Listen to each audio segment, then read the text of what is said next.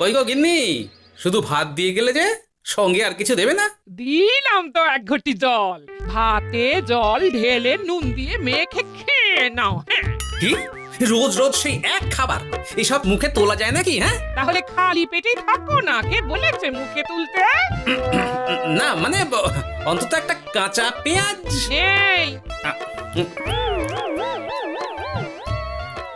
মাঝে মাঝে তো বেশ ওই মশলা দিয়ে কষিয়ে মাছ মাংস রাঁধতে পারো গিন্নি। বাজারে মাছ মাংসের দাম জানো? ছেঁড়া কাঁথায় শুয়ে মাছ মাংস খাওয়ার স্বপ্ন দেখতে লজ্জা করে না তোমার? আসলে কি জানো তো গিন্নি, আমার লজ্জাটা ওই তোমার রান্নাঘরে রাখা মশলার বাক্সের মতো, শুরু আছে কিন্তু কোনো কাজে লাগে না। এই খবরদার, আমার রান্না তুলে একদম খোঁটা দেবে না, এই বলে দিলাম। হ্যাঁ, আমি চললাম মাছ আনতে, তুমি আদা রসুন বেটে পেঁয়াজ কুচিয়ে রাখো, বুঝলে? বলি পয়সা কোথায়? লাগবে না, মাছ খেতে হলে পয়সা নয় গিন্নি, বুদ্ধি লাগে, বুদ্ধি, বুঝলে? বুদ্ধির বদলে মাছ কোন দোকানদার দেয় গো?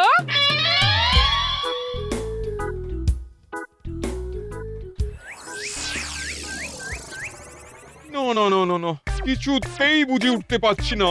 এই নিন জাহাপনা, আপনার জন্য আম পোড়া শরবত এনেছি, খেয়ে নিন। ওরা কপাল আগে সামলাই, তারপর আম পোড়ার শরবত খাবো। সে কি জাহাপনা, আম তো আপনার প্রিয় ফল। তার চেয়েও প্রিয় ক্ষমতার লোভ। এদিকে কৃষ্ণনগর ঠিক যেন পাকা হিমসাগর, ওদিকে বর্ধমান যেন হৃষ্টপুষ্ট ফজলি, আর খাম্বাজ রাজ্য যেন লাল হলুদ গোলাপ ঘাস। এদের একসঙ্গে খেতে না পারলে আমার ঠিক ভাত হজম হচ্ছে না উজির। হবে হবে, খুব তাড়াতাড়ি এই রাজ্যগুলো আপনার বর্ষতা স্বীকার করবে জাহাপনা। শুধু চাই সঠিক উপায়। কি উপায়?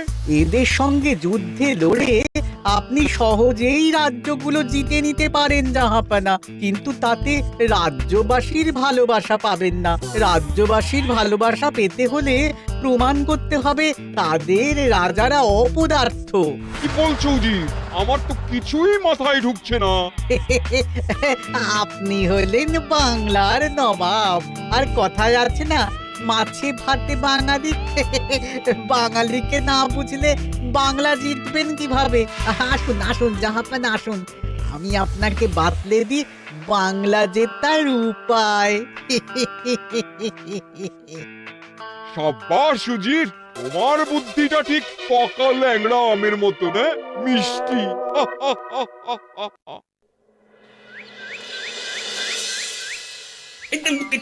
ধর ধর ধর ধর ধর, এই পায়ের নিচ দিয়ে গলে গেল, ধর ধর ধর ধর। বিশাল বড় মাছ গো গোপাল দাদু। একেবারে পাকা শোল। ছাড়বে না গোপাল দাদু, আজ রাতে আমরা জমিয়ে মাছ ভাত খাবো। খেতে তো হবে, শোল মাছের ঝোল আর তেল কই।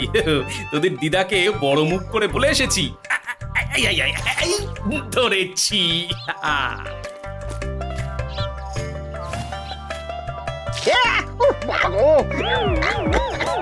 ছি ছি ছি ছি, কি দুর্গন্ধ! গোপালকে ছাড়বেন না মহারাজ, ও ইচ্ছে করে আমার মুখে কাদা ছুঁড়েছে। ঠাকুর বলেছেন মানুষ নিজের কর্মফল একদিন না একদিন ঠিক পাবে। মন্ত্রী মশাই যে এত তাড়াতাড়ি পেয়ে যাবেন ভাবতেই পারিনি। দেখেছেন মহারাজ, দেখেছেন? দোষ করে এখন আবার ধর্মের বাণী দিচ্ছে। তুমি রাজসভা কামাই করে এসব কি করছো গোপাল? যা সামান্য বেতন পাই সব পেঁয়াজ রসুন কিনতেই ফুরিয়ে যায় মহারাজ, তাই মাছটা নিজেই ধরে খাচ্ছি। হ্যাঁ? মহারাজ আপনার পায়ে পড়ি। থাক থাক, আর আমার পা ছুঁতে হবে না গোপাল। কেন মহারাজ? আমি তো মন থেকে আপনাকে সম্মান করি, বলুন। এ তো আচ্ছা জ্বালাতন। মুর্শিদাবাদের নবাব বাহাদুর আপনাকে একটি বিশেষ পত্র পাঠিয়েছেন, অনুগ্রহ করে গ্রহণ করুন।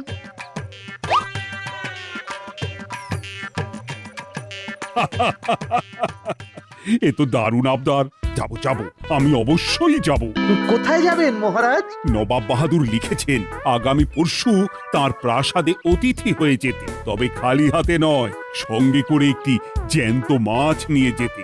উপহারে জ্যান্ত মাছ? নবাব বাহাদুরকেও আমার মতন জল দিয়ে নুন ভাত খেতে হচ্ছে নাকি? নবাব হোক বা ফকির, সবার গিন্নি সমান। কিন্তু সঙ্গে করে কি মাছ নিয়ে যাওয়া যায়? ভেটকি, চিতল নাকি কাতলা? আচ্ছা, আগামীকাল রাজসভায় আমি সবার মতামত শুনবো। গোপাল, আগামীকাল ঠিক সময় চলে এসো কিন্তু। আগে যাব মহারাজ, শুধু আমার বেতনটা। ভেবে দেখবো। চল রে, আজ অনেক মাছ পেয়েছি, চল চল চল।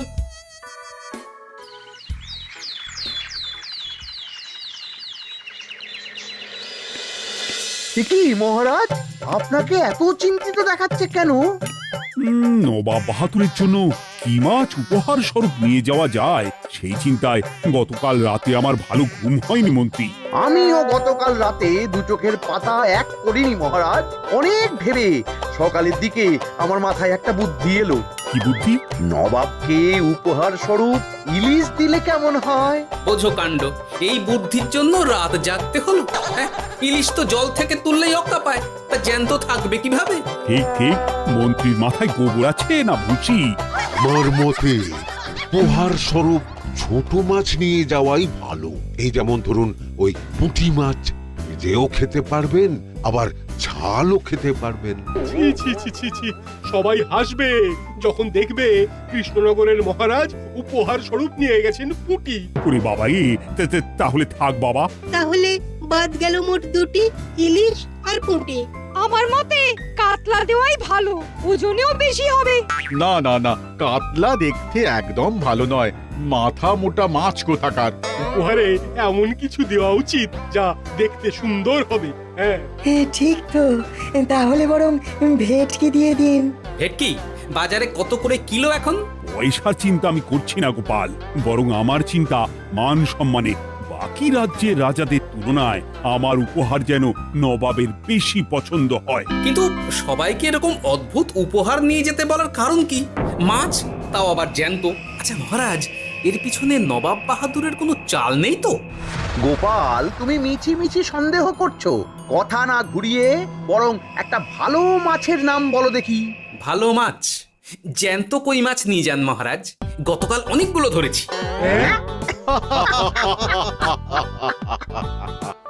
কি, এত ভালো ভালো মাছ থাকতে আমি শেষে কই মাছ নিয়ে যাব? তুমি সমাধান না দিয়ে উল্টে মজা করছো গোপাল। দূর হয়ে যাও, দূর হয়ে যাও আমার চোখের সামনে থেকে। আগে ভাড়ামো করার জন্যই তো মাস গেলে বেতন পাই মহারাজ। মানে কি বলতে চাইছো গোপাল? নবাব বাহাদুর কি চান সেটা আমরা সবাই জানি, তাই বলছি মাছের গর্তে হাত ঢোকানোর আগে পরীক্ষা করে নেওয়া উচিত ভেতরে সাপ আছে কিনা।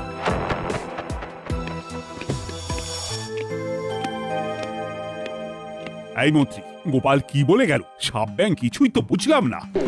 ছাড়ুন তো গোপালের কথা, আমরা বরং মাছ নিয়ে আলোচনা করি। আমার মতে জ্যান্ত ভেটকি নিয়ে যাওয়াই ভালো। আমাদেরও ওই ভেটকিতেই মত আছে। বেশ, এই নাও 100 মোহর। বেছে বেছে সবচেয়ে বড় ভেটকিটা বাজার থেকে কিনে আনো মন্ত্রী। তারপর তাকে রূপোর গামলায় জল ঢেলে রাখো। আমি কাল ভোর ভোর মুর্শিদাবাদের উদ্দেশ্যে রওনা হব। কোনো চিন্তা করবেন না মহারাজ, কাজ হয়ে যাবে। যাওয়ার সময় চিঠিটাও সঙ্গে করে নিয়ে যেতে হবে, নবাবের হুকুম।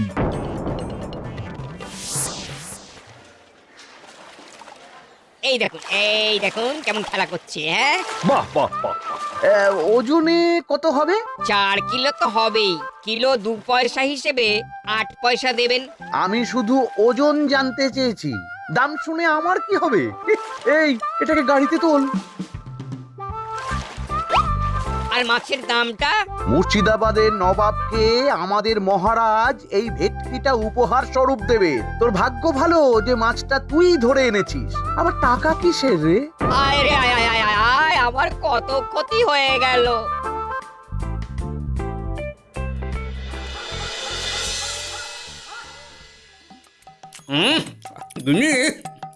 তেল কৌটে যাও রেঁধেছ না? বলি বলি আর কটা মাছ আছে গো? আছে তাতে আগামী 7 দিন হয়ে যাবে। হ্যাঁ, তাহলে কাল কই মাছের ঝোল খাবো, পশু খাবো শোল মাছের কালিয়া। এসব খেয়ে খেয়ে জিভে চড়া পড়ে গেল। বাজার থেকে একটু ইলিশ ভেটকিও তো আনতে পারো। ইলিশের অনেক দাম গো গিন্নি, আর ভেটকি তো বাজারে প্রায় ওঠেই না। কে বলেছে তোমাকে? শুনলাম মন্ত্রী মশাই নাকি আজ বাজার থেকে সবচেয়ে বড় জ্যান্ত ভেটকিটা নিয়েছেন। তাই নাকি? তার মানে আগামীকাল নিশ্চয়ই মহারাজ ওটা নিয়েই মুর্শিদাবাদ যাবেন। আমার মনটা বড্ড কু ডাকছে গিন্নি। না, এভাবে ছেড়ে দিলে হবে না, একটু পরীক্ষা করে দেখতে হবে। হাজার হোক, এ রাজ্যটা তো আমারও।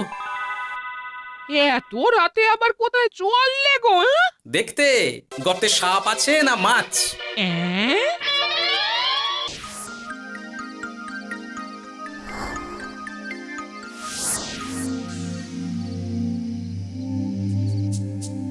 কি গোপাল, এত রাতে?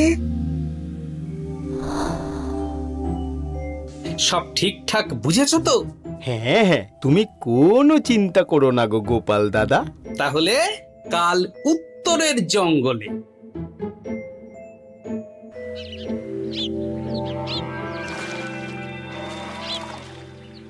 ভেটকি মাছটা রূপোর গামলায় রেখে গরুর গাড়িতে তুলে দিয়েছি মহারাজ। আর নবাব বাহাদুরের চিঠিটা? ইয়ে, সিংহাসনের ওপর, নিচে, ডাইনে, বাঁয়ে সব জায়গায় খুঁজলাম, কোথাও নেই। সে কি তাহলে? এমন চিত্তাকর্ষক উপহার দেখলে নবাব বাহাদুরের চিঠির কথা মনেই থাকবে না। আপনি নির্দ্বিধায় যাত্রা শুরু করুন মহারাজ। ঠিক বলেছ।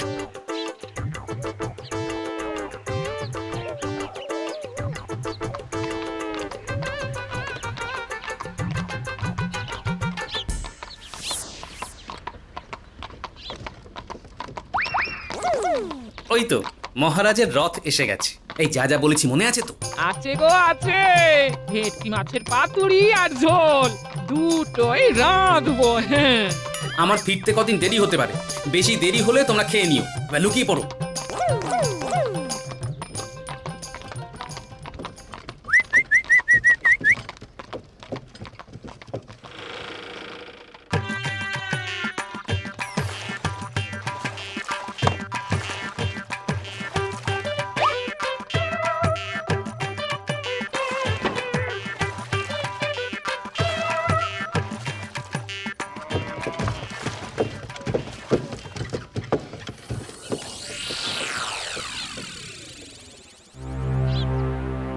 ওই দেখা যায় রথে চেপে সবাই ধীরে ধীরে এদিকেই আসছে জাহাপানা। আসতে দাও, আসতে দাও, এবারই খেলা জমবে। এসো এসো, তোমাদের সবাইকে মুর্শিদাবাদে স্বাগত জানাই। আমার উপহারের কথা মনে আছে তো? আছে জাহাপানা আছে, শুধুমাত্র আপনার জন্য আমি নিয়ে এসেছি একটা জ্যান্ত কাতলা। এই নিয়ে এসো। আমার উপহারও কিছু কম নয় জাহাপানা, নিয়ে এসো। আর তোমরা? আর কৃষ্ণচন্দ্র, তুমি কি এনেছো? এদের সবার চেয়ে ভালো উপহার এনেছি, যা দেখলে আপনার মন একেবারে আনন্দে নেচে উঠবে। ইচ্ছে করবে এক্ষুনি হয় পাতুরি না হয় ঝোল করে খেয়ে নি। তাই নাকি? হ্যাঁ, খাস নবাব বাহাদুরের জন্য আমার বিশেষ তোফা। কই, নিয়ে এসো। এই তো কই নিয়ে এসেছি মহারাজ। গোপাল, তুমি? ভেটকি কোথায়? এতক্ষণে গিন্নি রান্না বসিয়ে দিয়েছে।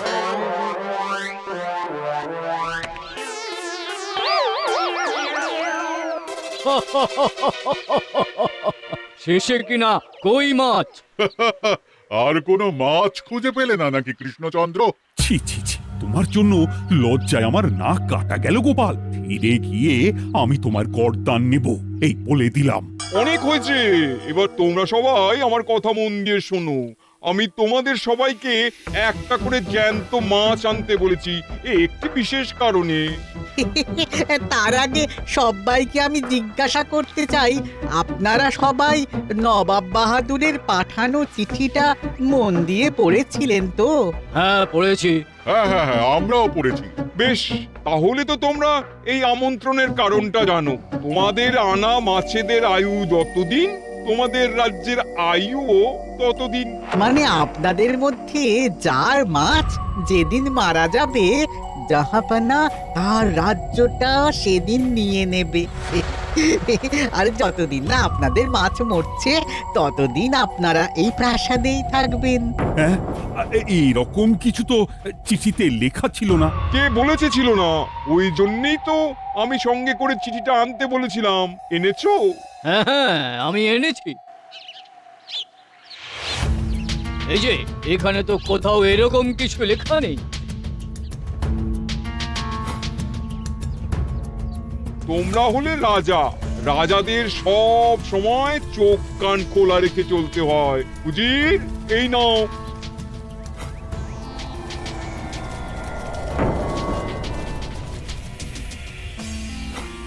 সত্যি তো, চিঠিতে তো এটাই লেখা আছে। আমাদের সঙ্গে প্রতারণা করা হয়েছে। হ্যাঁ হ্যাঁ, আমরা কেউ বুঝিনি চিঠিতে কার চুপি করা আছে। চুপ! বেশি গলা তুলে কথা বললে গলাটা শরীরের ওপরে নাও থাকতে পারে। আজ এই মুহূর্ত থেকে এই খেলাটা শুরু হলো। তোমাদের রাজ্যের আয়ু এখন তোমাদের আনা মাছেদের কাছে।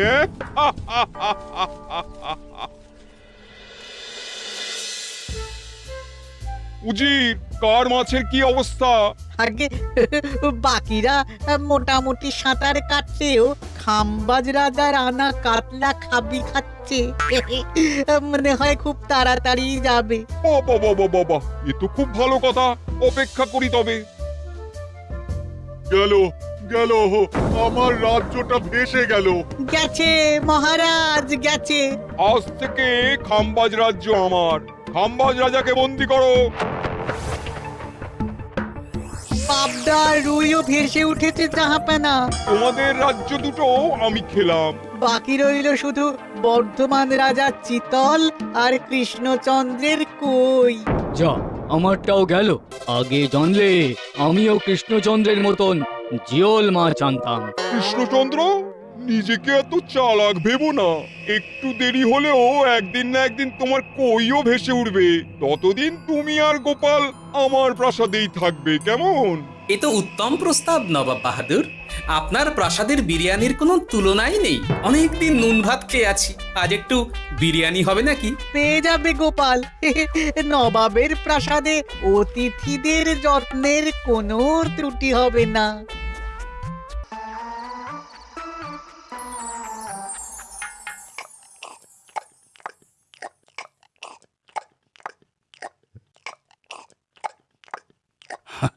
আমাকে ক্ষমা করে দিও গোপাল, আমি তোমাকে অনেক কথা শুনিয়েছি, কিন্তু এখন বুঝতে পারছি কেন তুমি ভেটকির বদলে কই মাছ এনেছো। আহ, বিরিয়ানিটা যে রেঁধেছে না, বলছি ওই নবাবের বাবুর্চিকে কোনোভাবে কৃষ্ণনগরে ধরে নিয়ে যাওয়া যায় না মহারাজ? গোপাল, কোনো মাছই অমর নয়। একদিন তোমার আনা ওই কই মাছটাও মারা যাবে, আর সেদিন আমাদের কৃষ্ণনগর রাজ্যটা নবাবের হবে। আহ, ভাতগুলো একেবারে ঝুড়ো ঝুড়ো, আর মাংসটা তুলোর মতন নরম। আহ, আমার কথা কি তোমার কানে যাচ্ছে? গোপালের চোখ কান সব সময় খোলা থাকে মহারাজ, আর তাই চিঠির কারচুপিটা ধরতে আমাকে বেশি বেগ পেতে হয়নি। কিন্তু কিভাবে বুঝলে গোপাল চিঠির রহস্যটা? কারণ আমি জানতাম নবাব বাহাদুর অনৈতিক কিছু করবেন না। গায়ের জোরে নয়, বুদ্ধি দিয়েই উনি বাজিমাত করবেন। অবশ্য এ ব্যাপারে আমাকে সাহায্য করেছে বিজ্ঞানী। একটা সাহায্য করতে পারবেন বিজ্ঞানী?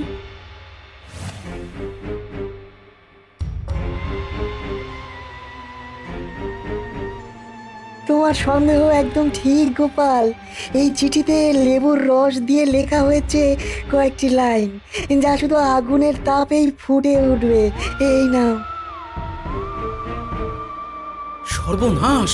গর্তে মাছ নয়, বিষধর সাপ আছে। এবার কি হবে গোপাল? আগামী 7 দিন পেট ভরে বিরিয়ানি খাবো মহারাজ। ততদিনে ওরা এসে যাবে। কারা আসবে? দেখুন না শুধু।